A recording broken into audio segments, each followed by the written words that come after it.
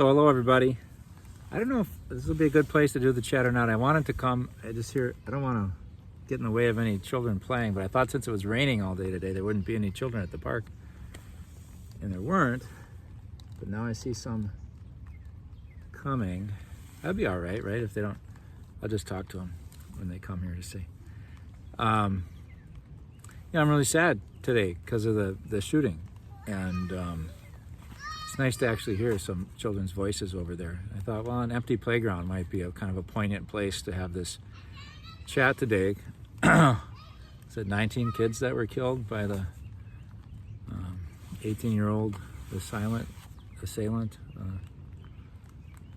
I don't know what you've been reading or hearing about that, but maybe we'll talk about that just a little bit later. But that's why I'm here. On a lighter note, I'm really sore today. You know, mainly there's two reasons I'm sore. So on Sunday, I mean my body's sore, not like I'm sore. I'm sore, angry at somebody. There's a mom and kid, and we had family softball night on Sunday, and it was, you know, we didn't think we were gonna have enough. We didn't have enough, and then Bromers came, and then Norrishes came, and a few other individuals came, and we could play 4-on-4, and it was great. But this whole body is a hard time running around the bases and swinging a bat, and I still got a kind of a bruise. I got a stinger when I was hitting, and anyway, man, my core, my leg, everything's just really sore, you know. And then and it's Tuesday now, so it's like 48 hours later, but no, it's Wednesday, so it's 36 hours later. No, but 72 hours later. But then yesterday I thought it was time to get my second booster shot for the COVID. I'm trying to time everything so I can get over to Israel in February with the group, you know. And so I'll probably need something late fall because they want you to be vaccinated usually within 6 months of leaving. So I thought, well, tomorrow's, I said yesterday to myself, today's a good day, I'll go get vaccinated at the health department. And so, but then you always feel funky, you know, the day after that too. So, and then it raining all day today, and we got all the bad news about the violence and the death of the children. And kind of puts you in a melancholy mood. But the positive thing about it is, I don't know, like I was just walking back to the car because I forgot this little stand to put the camera on. And I stepped on this group of mushrooms. I just kind of like squished them. And, well, I mean, how long do mushrooms have to live in this world? Not very long. They got a nice rainy day, you know, and doing what mushrooms do as God intended. And there's my big old clobby feet just kind of smushing them down and not thinking twice about it. And I thought, and I don't think I would have thought twice about it, except maybe today when I just think about the violence in the world. That's a small act of violence. I just decided to squash the mushrooms for no reason. And you see that in kids. There's these boys and girls that wait for the bus outside of the front doors of church, and they're all good kids, you know. But I saw these huge anthills, and they really looked interesting to me. So I wanted to show the boys and girls, like, you want to see something cool, you know, these anthills. So they come over, and there's big anthills. Well, sure enough, I mean, some of the boys weren't looking at it for more than 5 seconds, and they start destroying the anthills. They're just kind of kicking the crap out of all the dirt, and the ants are scurrying. And I'm thinking, oh gosh, sorry ants for pointing this out to the boys. I probably would have been doing the same thing at their age, you know. But it's a little bit discouraging. I mean, it's the kind of that impulse to destroy because we have the power and we're bigger than someone else, you know. And I wonder how much of that impulse is in the guy who shot those children. You know, and there's, I don't know, I really think nonviolence is the way to go. I think Jesus is a nonviolent person, prophet of nonviolence. He'd rather give his life than take a life. Died on a cross. Didn't feel the need to retaliate. Practiced what he preached when he said turn the other cheek. It's hard to do. The church certainly says we have legitimate self-defense, but yeah, So, but it just puts me in this, every little slight or everything that's act of violence just seems extra sad to me. Grieving's a part of, I remember after 9/11, there was a guy named Sam Keane, and who said, before we act, before we retaliate anyway, we got to take time to feel the horror of this and to grieve. Oh, here comes, he's running to us. Is he going to come? Yeah. So to take time to grieve. It's a girl. And, I remember it was a day like this. I don't know if you can hear the raindrops hitting my hat, but the camera's safe under a sliding board, and I'm outside in the rain. It was right before I was ordained a priest, and I was on a little retreat. Some of you know Father Hegel. He was directing me a retreat out in Seattle, and I was out walking. I was actually walking at a park that had a beautiful view of the Space Needle, that famous landmark in Seattle. And it was about up a hill, so I was kind of like almost eye level with the Space Needle. Not quite halfway. And maybe eye level. Queen Anne Hill. And I just felt acutely the loss of what I was saying no to when I was saying yes to becoming a priest. So, basically possibility of marriage and family and that kind of thing. And I was grieving that. I was sad about it. And I had some tears in my eyes about it. And it was raining just like this, kind of a soft rain like this, and I just had a revelation that those were God's tears, that God was grieving with me. Those are beautiful things, marriage and family and that, and you're doing this for the sake of something that you deem better as far as following me in my call. And I'll support you in that, but I grieve. You're right, you have something to grieve. And so we have something to grieve in our country today. And so take some time to do that. I was watching the news last night trying to catch it. I think I'm missing probably a lot of the news. I've been pretty busy these last few days, and but you turn the channel. One channel is just, it's all it's talking about. Why don't we do some gun control? We've been, nothing's changed. This happened in Sandy Hook 10 years ago. Nothing's changed. And then I flip the channel. I wonder what this other channel is saying. The other channel is saying what we need is to give guns to our teachers to prevent this. And I shouldn't laugh. I mean, people have their different views and things, but I thought, oh my gosh. And I guess I hadn't heard that. Sometimes people. Oh, and I know they're great folks. They'll say, maybe we need to have guns in church so we don't have someone. And they say, well, there already are people probably that, for sure, that have, carry just to carry a gun. But man, the way I see Jesus, I just don't see him. I don't know. That's just a debatable thing. I know if you promote that, you'd say, well, we could save lives if there was a person, someone trained on hand with a gun. But golly. So all these things we're thinking through right now, Myself, personally, if it was just me, I think I've ingested enough of how I see Jesus that, God give me the courage if they ever happen, but I would rather be shot than shoot somebody. I don't mean that to break. It's just the way it is. I just can't see doing it. Like if I was a teacher and someone said, here, you need to have this gun, I'd be like, yeah. And then say, well, it could save the children, So I understand people's arguments, but I'm just like, what do we have? 3 times many guns as people in the country, I think I heard. So it's just kind of stray thoughts. But it's a day for that, rainy day, reflective day, sad day. Had a funeral today. It was kind of a happier thing. She was 96, 97 years old. Jean Marie Kalfus, and she's a member of St. James for years and years and years. Her husband, Don, died 12 years ago. And she was a neat freak. She liked everything really tidy in the house. And she wouldn't eat any salt or any sugar. So she was a pretty well-disciplined person. And so I should make her my guardian angel. I could use that in my life. Pretty sloppy housekeeper myself. Let's see what else was kind of going on today. I just mentioned the Pope on this tragedy with the shooting. He said he's heartbroken. He called for an end to trafficking firearms.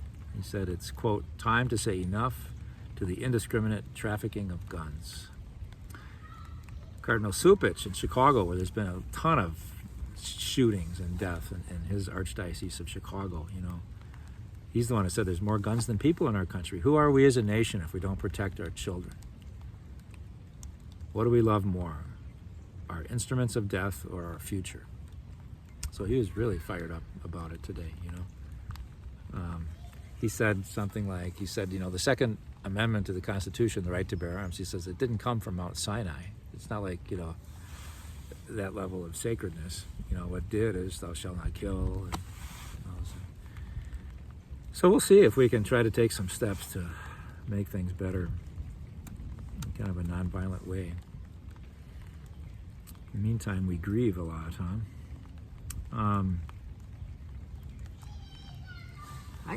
I forgot what it was about. I just wanted to read something from page 67 in this book. We read this book for book club last night.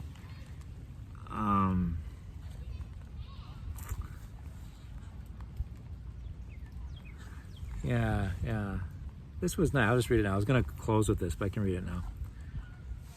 It seems fitting. It says, we are surrounded. Sometimes in this troubled world of ours, we forget that love is all around us. We imagine the worst of other people and withdraw into our own shells. But try this simple test. Stand still in any crowded place and watch the people around you. Within a very short time, you'll begin to see love, and you'll see it over and over and over. A young mother talking to her child, like we have at the playground today. A couple laughing together as they walk by. An older man holding the door for a stranger. Small signs of love are everywhere. The more you look, the more you'll see. Love is literally everywhere. We are surrounded by love. The instinct to care is still within us, all of us, so much so that you can see it clearly just by standing still. It might be a nice meditation to try on a day like today. Reminds me of a Thomas Merton experience that he had on a street corner in Louisville, where he just felt so, it wasn't that he saw love so much, but he just saw he was so intimately connected to this crowd of strangers, that they're all children of God and everyone shined with the light of God. It's nice to have those kind of positive revelations. I had a nice experience. I have very little, parish news. So, hey, we had a great baccalaureate mass, I thought, last Sunday at 10. Tonight is the Regis High School. I'll be there for a mass and the graduation. All the priests in the deanery go. I'll be at 6, so I got to hustle and get this uploaded and head over. We had our own baccalaureate mass for our parishioners on Sunday. That was really nice. So, kind of coming to an end. So we had our first communions, our confirmation, our baccalaureate. The only thing we have to kind of push through now is to finish off the capital campaign. And as I've been trying to, I wrote in the newsletter, my goal is first not to alienate anybody, get people mad they were asking for money. It's just upon us, and I do believe will benefit greatly if we have a successful campaign. And so I'm supporting it, and other people have not, and some people have. I guess that's just the way it always is, We'll have a couple more weeks of kind of pushing through it. A little after Pentecost, we'll have a week where we actually put pledge cards in the pews and pass them around, and just don't let that deter you from coming to church. I mean, I think everybody understands. I'll say something before that. If you see people around you that don't have one, they probably already pledged, and it could be because we have 100 families that already pledged. We've received it. It's going well. We have a goal of $825,000, and we have raised in pledges like $635,000. So just less than $200,000 to go. And I won't go over the whole case statement again, but so that's coming up, and then by the end of June we'll be done. I'm kind of waiting eagerly for those quiet days of summer where we just have mass. So anyway, it's not far away, so hang in there. So I just felt like maybe because the day, and maybe I was feeling a little sad, and maybe the rainy, on the way home from the funeral, the burial, the cemetery today, I said, I was just talking to someone yesterday about burgers in town, and I don't mean to like be an advertiser for anyone, but when I really want a good burger and fries, I go down to the Corton House, kind of an old Eau Claire establishment down there on Grand Ave, and like the people there, like the food there. So I went, and mushroom and Swiss with fries, it kind of hit the spot. And hopefully I'll just have vegetables tonight. We'll see. And anyway, this guy comes in. I don't know. I'm looking at my phone. Actually, I think writing ideas for this chat down while I'm sitting at the table there, and I hear the waitress say, "Oh, he's having mushroom and Swiss and fries." So he walked in, just kind of looked at my plate, says, "That looks good. What is he having?" So she told him that's what he ordered. And we just got to talking about this and this. He goes, "Yeah, I used to always go to this place, and now they abandoned their fresh meat and handmade patties. They went frozen, and I don't have time for that." And kind of a burger connoisseur. And I like these; they're good enough, but I don't. A steady diet of those gets tired too. So I'm looking for a good burger place, and someone told me to check this out. So. We were talking about this and that, mainly about burgers. I don't know that we talked about this and that, but just that. And I don't know. So I was thinking, boy, I hope he likes it, because he ordered what I had. And so then, after 5 minutes or so, the burger comes out. They put it in front of him, and he tastes it. He puts it down on his plate, and he says, "Yup, I'm home. Yup, I'm home. Like I found my new place." I thought that's great. So, and that's a pretty good spiritual statement. That's got a double meaning, doesn't it? You kind of find your burger place. We try to find our place in the world.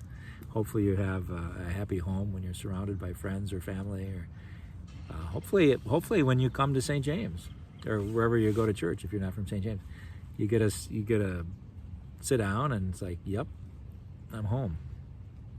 I'm dwelling in God's house here. I'm sitting in God's house, and it's a good place to be. So in the midst of all the hard things that we grieve, it's great to have a place called home, where we know God is near, where we know love is near, where we know that any given moment where we are there, it is good. And then, of course, we learn over time that it's not just a place out there where we can go, but it's here. Be at home in our own skin. Remember last week's gospel? If you love me and keep my word, my Father will love you, and my Father and I will make our dwelling in you. So if God is at home in us, let's try to be at home in God. Do our best to live well, to accept His unconditional love. Let Him pick us up when we fall and guide us in new, courageous ways to extend His love into the world, because by golly, it needs a lot of love, needs a lot of goodness, because there's a lot of discouraging news out there.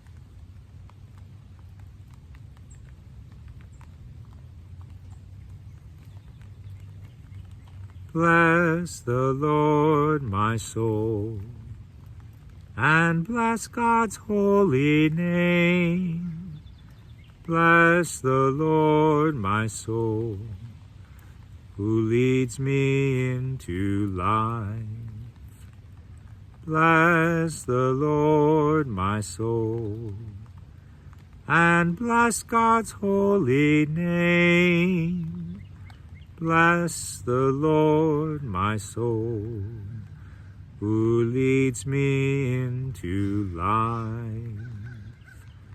Bless the Lord, my soul, and bless God's holy name.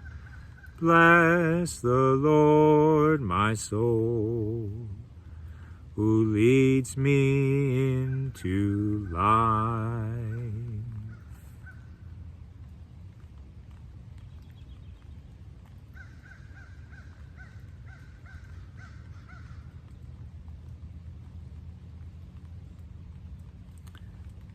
God bless you all. Take faith. Know that God dwells in you. Let him shine through you. Even in days of tears. That's all right. There's a communion with God in that as well. So, bye now.